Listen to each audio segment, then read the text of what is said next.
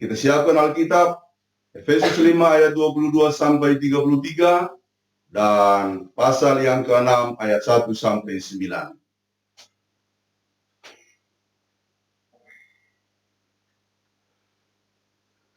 Marilah kita berdoa. Ya Tuhan, bukalah pikiran kami dan terangilah dengan Roh Kudus, agar kami dapat mengerti kehendak-Mu melalui firman yang akan kami baca dan dengarkan. Amin. Efesus 5 ayat 22 sampai 33. Hai istri, tunduklah kepada suamimu seperti kepada Tuhan. Karena suami adalah kepala istri sama seperti Kristus adalah kepala jemaat. Dialah yang menyelamatkan tubuh. Karena itu, sebagaimana jemaat tunduk kepada Kristus, demikian jugalah istri kepada suami dalam segala sesuatu. Hai suami, kasihilah istrimu, sebagaimana Kristus telah mengasihi jemaat dan telah menyerahkan dirinya baginya untuk menguduskannya, sesudah ia menyucikannya dengan memandikannya dengan air dan firman, supaya dengan demikian ia menempatkan jemaat di hadapan dirinya dengan cemerlang tanpa cacat atau kerut atau yang serupa itu, tetapi supaya jemaat kudus dan tidak bercela. Demikian juga suami harus mengasihi istrinya sama seperti tubuhnya sendiri. Siapa yang mengasihi istrinya mengasihi dirinya sendiri. Sebab tidak pernah orang membenci tubuhnya sendiri, tetapi mengasuhnya dan merawatinya, sama seperti Kristus terhadap jemaat. Karena kita adalah anggota tubuhnya. Sebab itu laki-laki akan meninggalkan ayahnya dan ibunya dan bersatu dengan istrinya, sehingga keduanya itu menjadi satu daging. Rahasia ini besar, tetapi yang aku maksudkan ialah hubungan Kristus dan jemaat. Bagaimanapun juga bagi kamu masing-masing berlaku, kasihilah istrimu seperti dirimu sendiri, dan istri hendaklah menghormati suaminya. Efesus 6 ayat 1 sampai 9. Hai anak-anak, taatilah orang tuamu di dalam Tuhan, karena haruslah demikian. Hormatilah ayahmu dan ibumu. Ini adalah suatu perintah yang penting, seperti yang nyata dari janji ini, supaya kamu berbahagia dan panjang umurmu di bumi. Dan kamu bapak-bapak, janganlah bangkitkan amarah di dalam hati anak-anakmu, tetapi didiklah mereka di dalam ajaran dan nasihat Tuhan.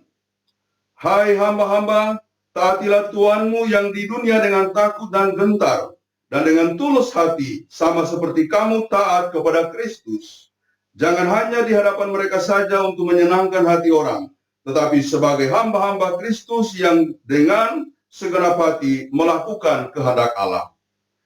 Dan yang dengan setia menjalankan pelayanannya seperti orang-orang yang melayani Tuhan dan bukan manusia. Kamu tahu bahwa setiap orang, baik hamba maupun orang merdeka, kalau ia telah berbuat sesuatu yang baik, ia akan menerima balasannya dari Tuhan. Dan kamu, tuan-tuan, berbuatlah demikian juga terhadap mereka dan jauhkanlah ancaman. Ingatlah bahwa Tuhan mereka dan Tuhan kamu ada di sorga dan tidak memandang muka. Yesus berkata, yang berbahagia ialah mereka yang mendengarkan firman Allah dan yang memeliharanya. Haleluya.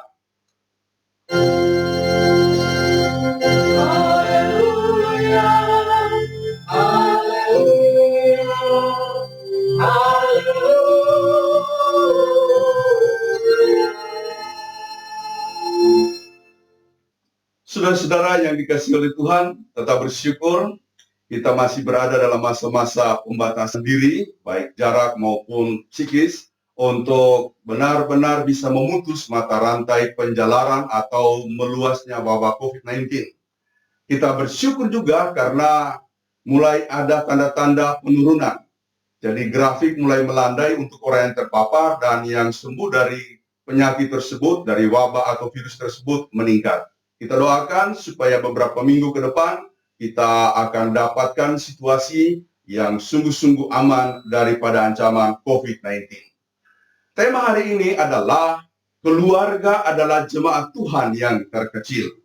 Karena itu kita telah membaca perikop Yang pertama tadi Efesus 5 ayat 22 sampai 33, dan yang kedua menyangkut anak-anak, bahkan sikap anak terhadap orang tua, bapak terhadap anak, juga hamba terhadap Tuhan dan Tuhan terhadap hamba dalam pasal 6 ayat 1 sampai 9. Nah, saudara-saudara, supaya kita mudah untuk memahami perikop-perikop tersebut, saya akan mengajak kita untuk mulai membaca ayat sebelumnya, ayatnya yang ke-21. Karena ternyata kita harus mengerti betul ayat 21. Dan memang sesungguhnya demikian, ayat-ayat dalam Alkitab itu adalah satu kesatuan.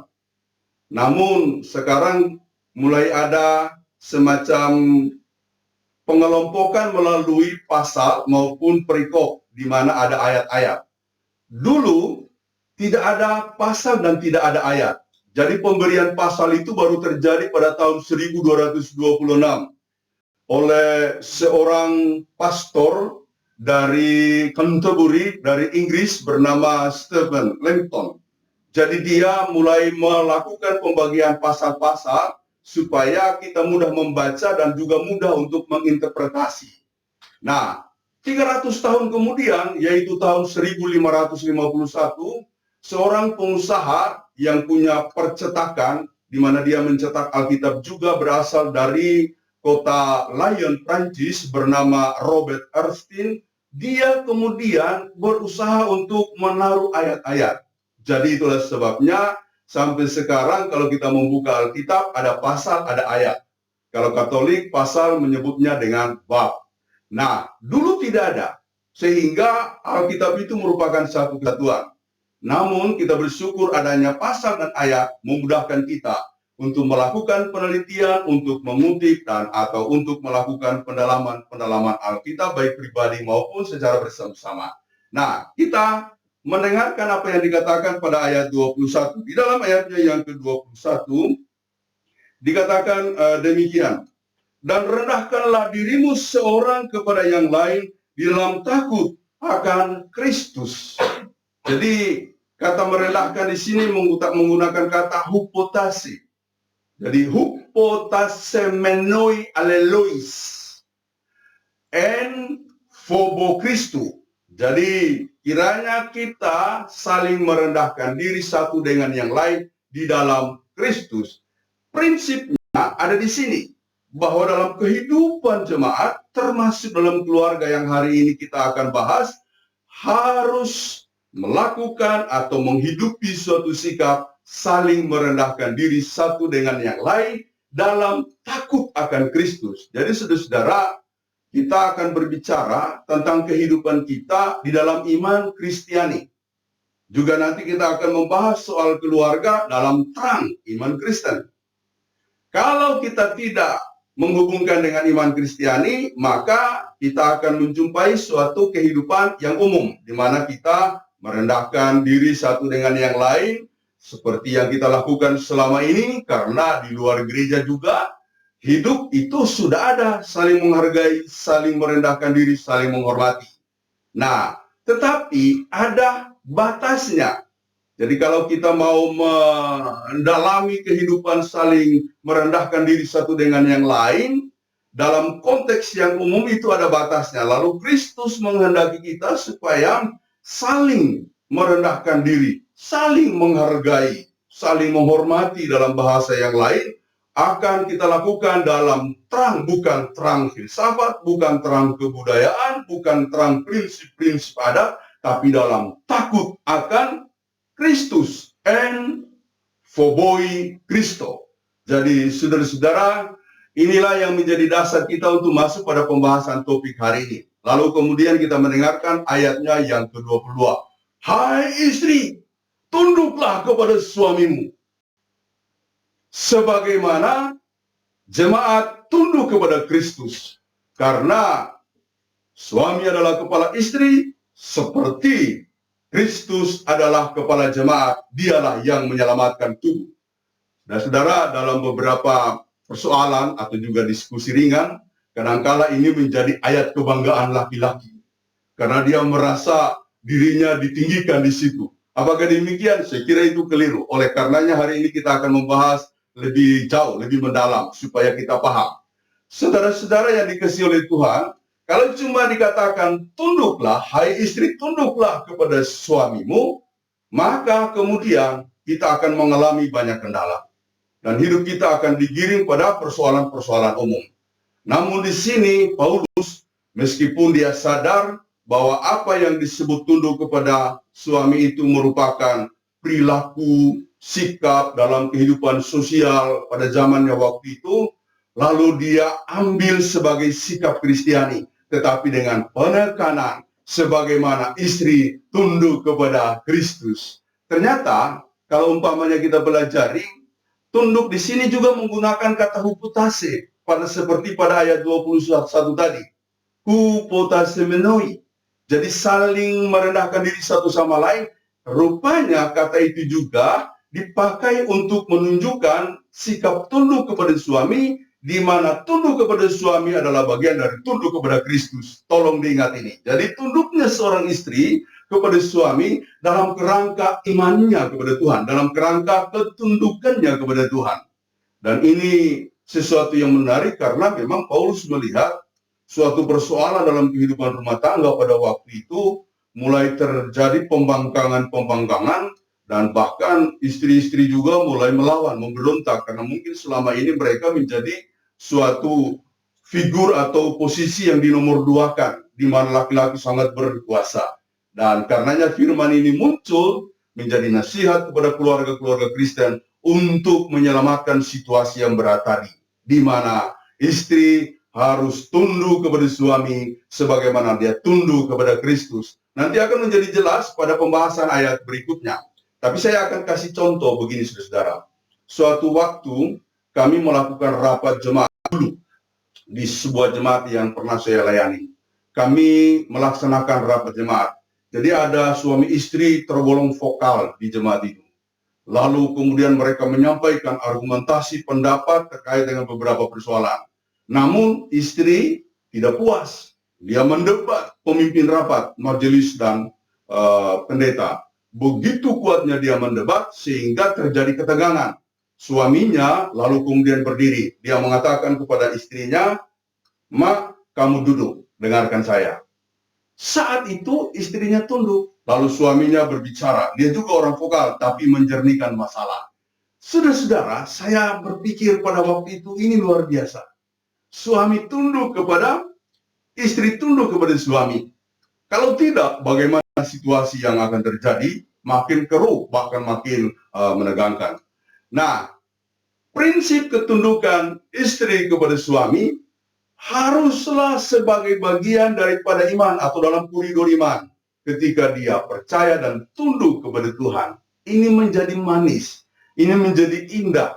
Karena kemudian ketaatan kita kepada suami adalah presentasi daripada ketaatan kita kepada Tuhan. Jadi dalam kata hupotase itu terkandung makna ketaatan.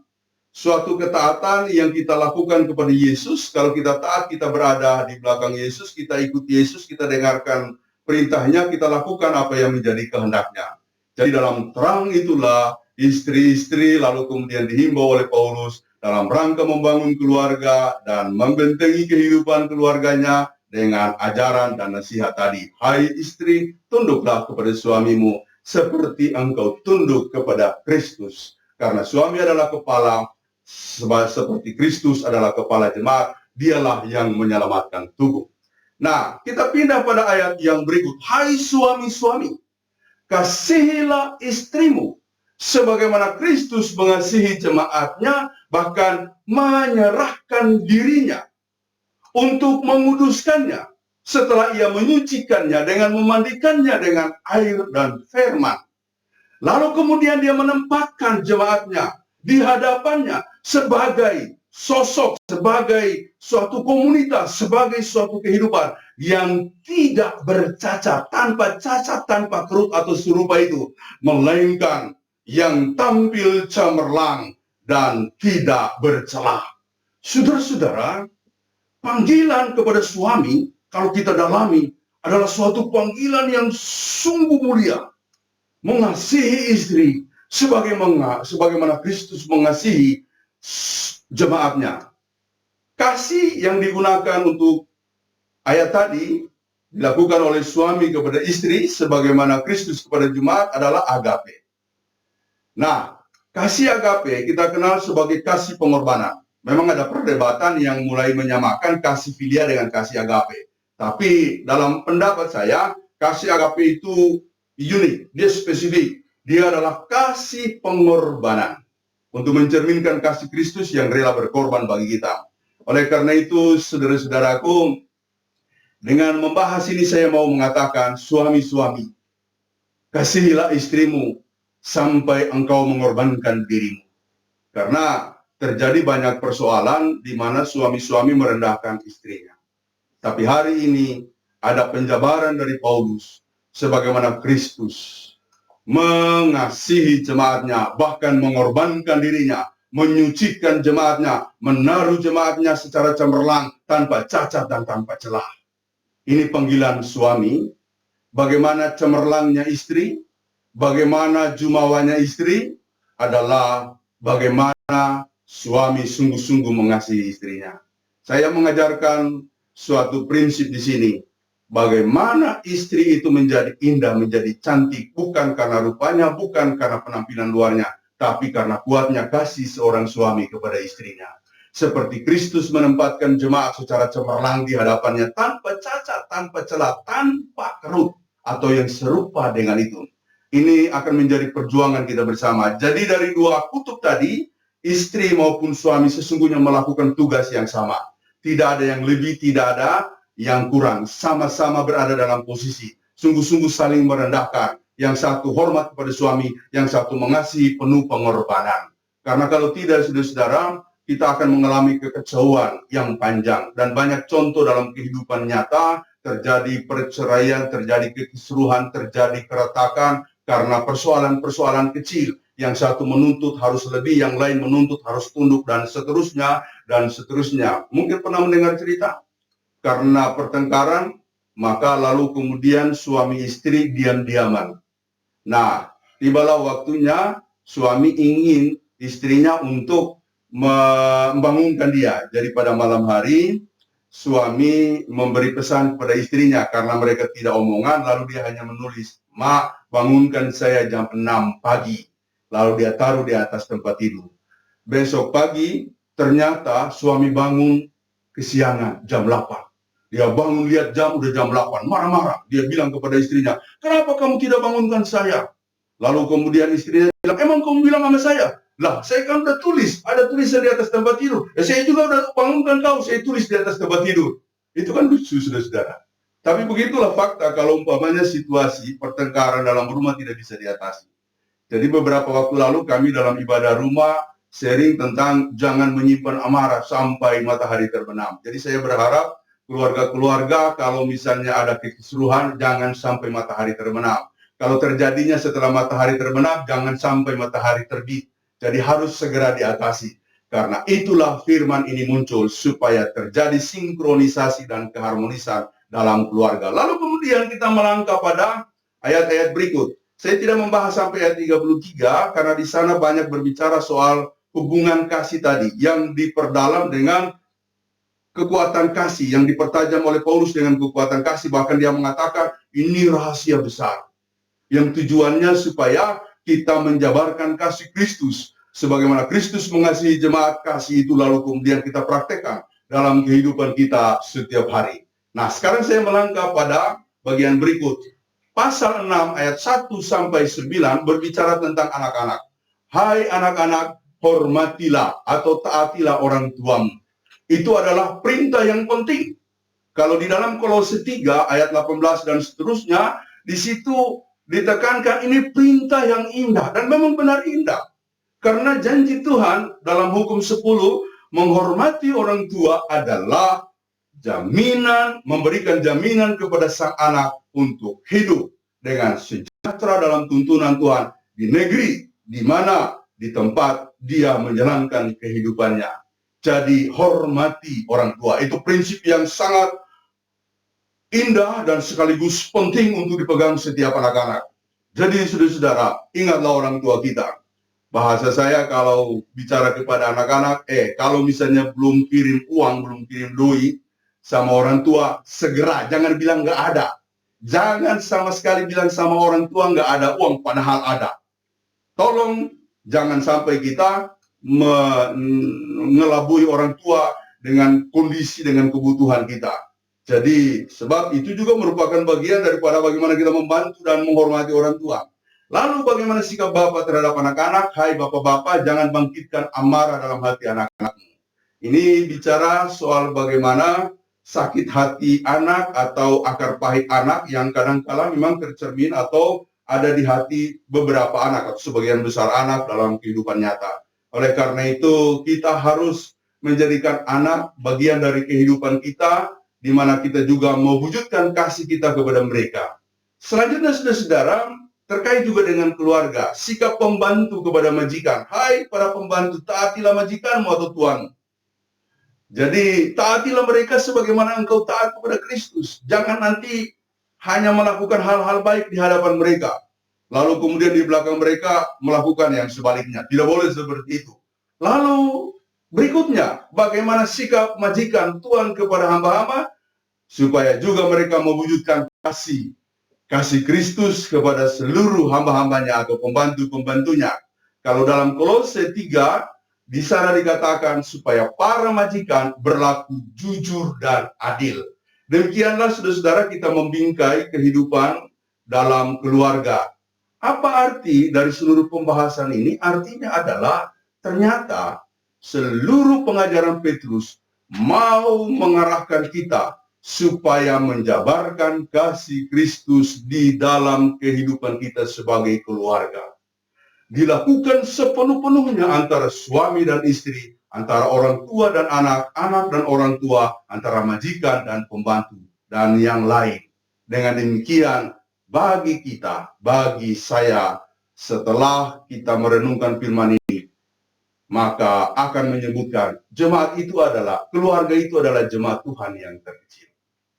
Mari praktekkan hal itu, apalagi dalam masa-masa kita menjaga jarak, dalam masa-masa memutus rantai penjalaran wabah COVID-19, kita beribadah di rumah. Saya melihat ada banyak keluarga yang beribadah, menurut saya itu luar biasa. Memang terbukti di sini, keluarga itu adalah jemaat Tuhan yang terkecil. Jadi, teruslah Bapak Ibu saling mengasihi. Kalau ada yang kurang, mari kita saling memaklumi. Kalau ada kesalahan, mari kita saling mengampuni. Oleh karena itu, saya mau mengajak kita hari ini untuk menyanyikan satu lagu, Hidup Itu Adalah Kesempatan. Tapi saya meminta semua keluarga, suami istri berpegangan tangan, menggandeng tangan anak-anak, menggandeng tangan orang tua, opa oma kalau ada di rumah kita. Mari kita menyanyikan lagu ini untuk bergandengan tangan. Karena itu saya mau mengajak Ibu Gembala dengan Audrey juga Iin untuk bergandengan tangan. Mari kita maju, mari kita bergandengan tangan.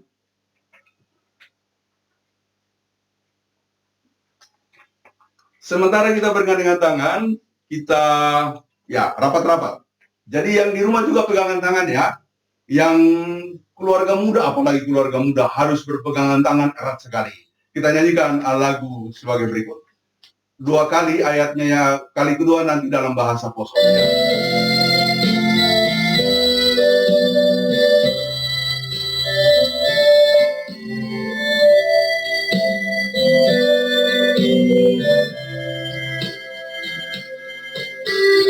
Ini adalah kesempatan hidup ini untuk melayani Tuhan. Jangan sia-siakan waktu yang ada. Hidup ini harus jadi berkat. Oh Tuhan, pakailah hidupku selagi aku masih kuat. Bila saatnya nanti ku tak berdaya,